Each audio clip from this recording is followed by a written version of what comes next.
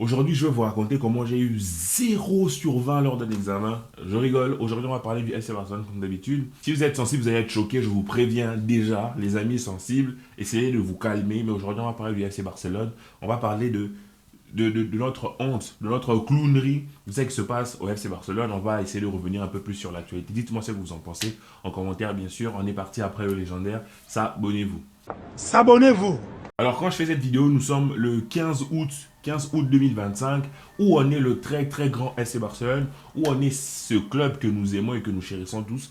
Alors où est-ce que nous sommes? Nous sommes tout simplement dans la boue, nous sommes en train de patauger dans notre propre médiocrité, nous sommes en train de nous rouler dans notre propre vomi. Je ne sais pas comment vous, pour certains, plusieurs d'entre vous sont encore des partisans de la Porta, des partisans de ouais, il faut laisser la direction travailler. Moi, je pense qu'il n'y a pas de travail. Moi, je pense qu'il n'y a que de la honte. Il y a que en fait que de la blague, en fait que du manque de professionnalisme et de sérieux. Parce qu'aujourd'hui, on a eu à recruter Daniel Mo. Daniel Mo, plusieurs d'entre vous, plusieurs d'entre nous, moi y compris, je disais, Daniel Mo, c'est bien joli, mais ce n'est pas une signature prioritaire. Si tu le prends, tu vas le faire jouer à quel poste? Et malgré que l'on l'a pris, on est content, on va dire bravo, Daniel Mo a fait un très bel euro.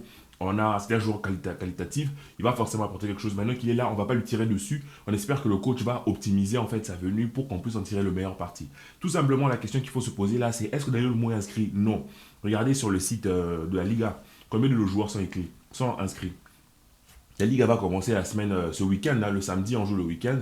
Mais l'affaire Cancelo, on ne sait pas. L'affaire Félix, on ne sait pas. Est-ce qu'on récupère Cancelo, on ne récupère pas Cancelo? On a acheté des joueurs qu'on n'a pas inscrits. Les seuls joueurs que l'on a achetés, c'est justement Daniel Mo. On a payé 60 millions. 60 millions sur un Daniel Mo. Est-ce qu'on avait besoin de lui? On ne sait pas. Et à côté, on a pris le petit Pau Victor qui vient de 3e division, les amis. Est-ce que vous vous rendez compte? Le très grand FC Barcelone. Beaucoup vont me dire, ouais, le FC Barcelone ne s'est jamais battu, ne s'est jamais bâti, pardon, avec la culture du recrutement, c'est toujours un club qui a fait confiance à la Masia. Les gars, il faut arrêter d'être utopique. Il ne faut pas croire que à chaque moment, la Masia va pondre 11 joueurs titulaires qui vont être exceptionnels. Même quand on est arrivé au point où on avait joué avec 11 Massiens, il n'était pas exceptionnel dès le début. Il y a beaucoup de joueurs qui ont fait la gloire de ce club-là, qui ont été formés en dehors du Barça. Toutes les recrues que l'on a pris, regardez derrière Thierry, Ronaldinho, Deco même, c'est pour dire que il ne faut pas croire que parce que l'on a la Masia c'est la base en fait. C'est la base de notre, je sais que c'est le Barça, mais ça ne fait pas tout. On a besoin de recruter, on a besoin de s'améliorer. Parce qu'on a des postes très, très, très, très en deçà de ce que l'on demande. Mais alors ça, c'est le rôle de la directiva, c'est le rôle du board. Et ce constat que l'on fait, on le fait depuis quand? On le fait depuis la période où il y avait encore Bartomeu, où on disait déjà que l'on avait des lacunes. On disait déjà que ouais, Umtiti doit partir. On parlait, c'était des vieux débats que l'on avait même lorsque l'on avait Bartomeu. Donc on arrive à ce niveau-ci, nous sommes en 2024, le board est là depuis 3 ans. Je veux bien que la situation du club soit tellement critique, mais quand toi tu arrives et que tu constates la situation du club, tu vas constater en une fois. Ou bien au club, il y a 5 portes consécutives et à chaque porte, tu découvres une nouvelle situation. Après, 5 mois plus tard, tu ouvres la deuxième porte. Un mois plus tard, tu ouvres la troisième porte. 2 ans plus tard. Non, c'est-à-dire qu'ils sont arrivés sans constater les dégâts. C'est-à-dire que il y a un manque de planification parce que tu arrives il y a 3 ans, tu constates les dégâts. Tu dois planifier de telle sorte à ce que dans les 3 ans qu'il y ait une amélioration. Mais où est-ce que nous en sommes? On est toujours sur les mêmes débats qu'il y a quelques années. Pourtant, Messi est parti, Griezmann est parti, ce qu'on appelait les vaches sacrées sont parties. Jordi Alba est parti. Piqué est parti. Les joueurs qui gagnaient tant, ils sont tous partis. Aujourd'hui, on va dire oui, Lewandowski a un top salaire, Frenkie a un top salaire, mais Frenkie dehors ne pèse pas autant que Messi par exemple pesait. C'est pour vous dire que on est dans la même situation. Pourtant, c'est débarrassé des joueurs qui entre guillemets nous causaient du souci financier. Où est-ce que l'on en est? Toujours rien. Aucune préparation. Zéro. Toujours aucune inscription. Toujours des difficultés à inscrire 3 ans plus tard. Alors que moi, je me demande, pendant la saison, le mercato, il ne fait qu'un mois. Je ne sais pas si vous vous rendez compte du niveau de l'absurdité, du niveau de la bêtise.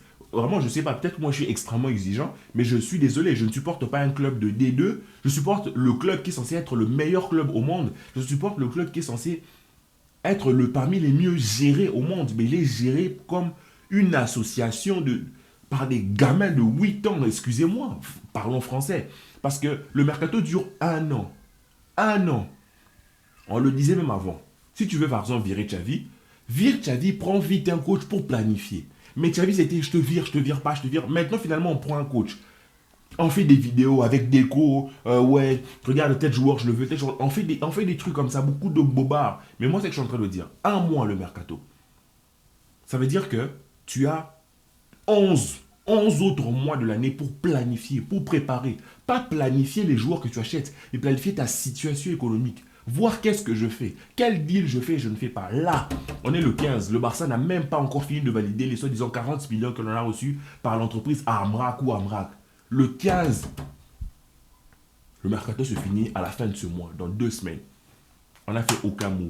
Moi, je veux bien que l'on fasse confiance à la Masia, mais moi, j'ai honte en fait pour ce Barça-là.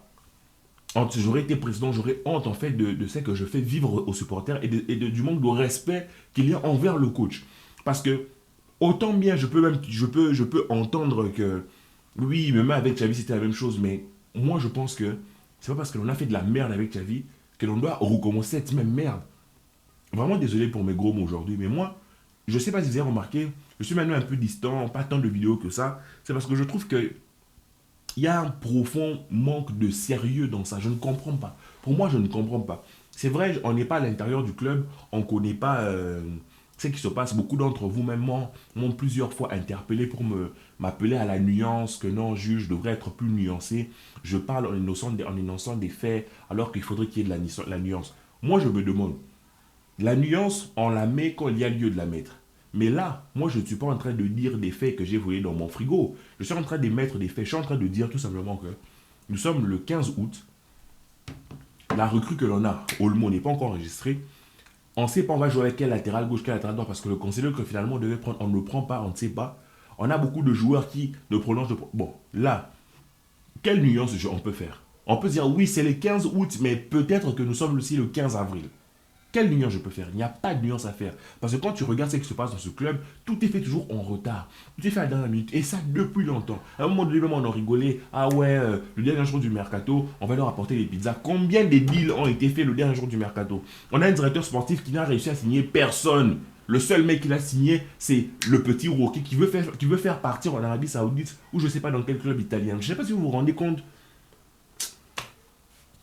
C'est une dinguerie. Et ça, c'est pour parler que du board. Je vais faire une autre vidéo pour vous parler un peu plus de ce que l'on a vu sur le terrain, des joueurs sur le terrain concrètement, pour vous parler. Mais je suis désolé. Vraiment, si on doit se concentrer sur nous, ne pas se comparer au Real de Madrid, ne pas se comparer à Manchester City ou à Chelsea qui achète tous les joueurs du monde. Oui, on ne va pas faire des achats compulsifs, acheter tous les joueurs du monde. Le problème là que je suis en train de vous dire, ce n'est même pas. Il ne faut pas croire que je suis en train de me plaindre parce que l'on ne fait pas de mercato, que je suis en train de me plaindre parce que l'on n'achète pas des joueurs. C'est pas ça mon problème. Mon problème, c'est que il n'y a pas de préparation. Même le peu de joueurs que l'on achète, on n'arrive pas à les inscrire. Même les joueurs que l'on a déjà, on ne sait pas s'ils vont être inscrits. Où est-ce que l'on est? On dit qu'on va retourner au 1 pour 1, pas de 1 pour 1. Le soi-disant deal Nike, jusqu'à maintenant, rien de fait. La Porte a fait des allers-retours en Arabie Saoudite, rien de fait. Moi, je me demande où sont concrètement, quel est le travail concrètement de la Porte dans ces situations. Beaucoup vont dire que non, la situation du club s'est améliorée. Elle s'est améliorée parce qu'on a signé des palancas. On a vendu des parts et des parts du club. Mais moi, je me pose une question. Toi, tu es un joueur de haut niveau, ou tu es, on va dire, je vais prendre un athlète de haut niveau, tu es Usain Bolt. Tu as toujours couru, tu es très jeune, hein, tu es dans ton prime. Tu as toujours couru en dessous de 9 secondes, en dessous de 9 secondes, en dessous de 9 secondes. Et puis demain, tu as un nouveau coach qui te donne un entraînement tellement nul que tu cours à 15 secondes. Tu cours à 15 secondes. Alors qu'on sait que tu es Usain Bolt, tu peux courir à 9 secondes. Il te suffit d'avoir un bon coach, une bonne préparation, tu cours à 15 secondes. Et demain, tu changes de coach. Donc, on est passé de Bartomeu à Roi Laporte. Tu changes de coach qui, lui, arrive à te faire courir maintenant à 11 secondes. Et les gens vont dire, mais non, c'est un très bon coach. Tu vois pas que l'on est passé de 15 à 11 secondes. Les gars, on supporte quel club? On supporte quel club?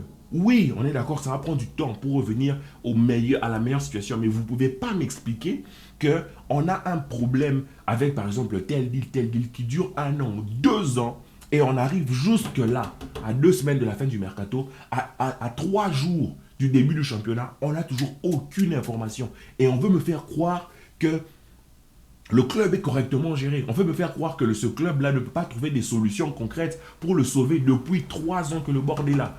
Depuis 3 ans, on a les mêmes problèmes, les mêmes soucis. Je comprends que pourquoi Nico ne vient pas. Parce que même le Olmo que l'on prend, on ne sait pas s'il va jouer. Il y a un problème. Il y a un problème très profond dans ce club-là. On est vraiment géré comme, comme à l'asile, comme des fous.